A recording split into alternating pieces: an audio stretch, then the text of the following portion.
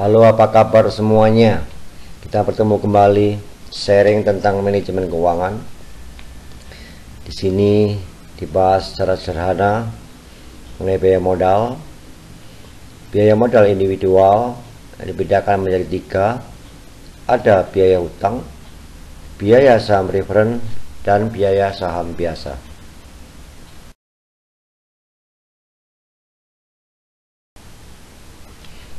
Nah, sekarang biaya modal itu apa? Biaya yang dikeluarkan perusahaan, yaitu dalam rangka memperoleh sumber dana.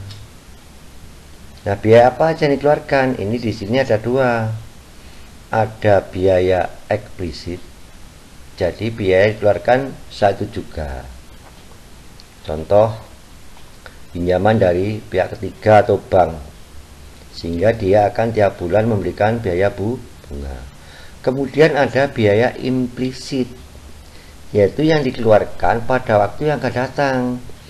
Ini adalah selisih harga dari obligasi, ya.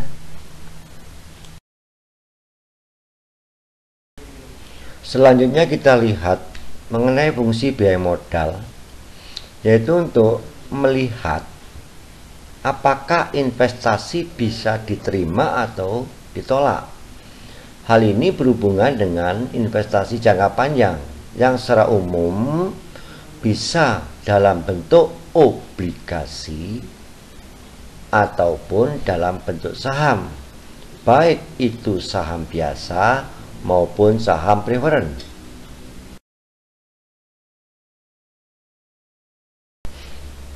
Selanjutnya kita lihat lebih rinci. Biaya modal itu berasal dari sumber dana jangka panjang, bisa hutang, bisa saham. Nah, kalau hutang itu berarti obligasi, kalau saham, saham biasa dan saham preferen. Obligasi di mana setiap periode tertentu perusahaan akan memberikan bunga.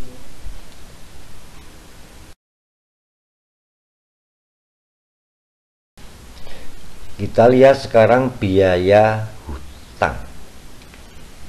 Biaya ini harus ditanggung perusahaan karena menggunakan pinjaman jangka panjang. Secara umum ini bentuknya adalah obligasi. Sehingga karakteristik obligasi itu nilai nominal akan dibayarkan pada saat jatuh tempo dan memberikan bunga. Nah, nilai nominal dan bunga inilah disebut dengan biaya hutang.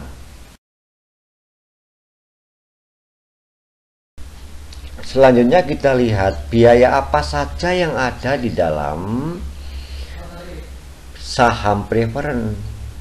Nah, saham ini adalah bukti kepemilikan perusahaan, di mana nantinya pemegang saham preferen itu akan memperoleh suatu pendapatan berupa apa? Yaitu berupa dividen. Nah, karena saham preferen, maka dividen dibayarkan lebih dulu walaupun perusahaan mengalami rugi.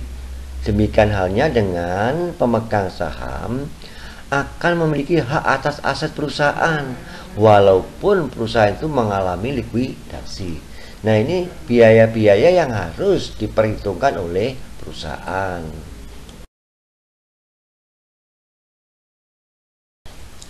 Nah, sekarang kita lihat biaya yang dikeluarkan oleh perusahaan karena adanya biaya saham biasa.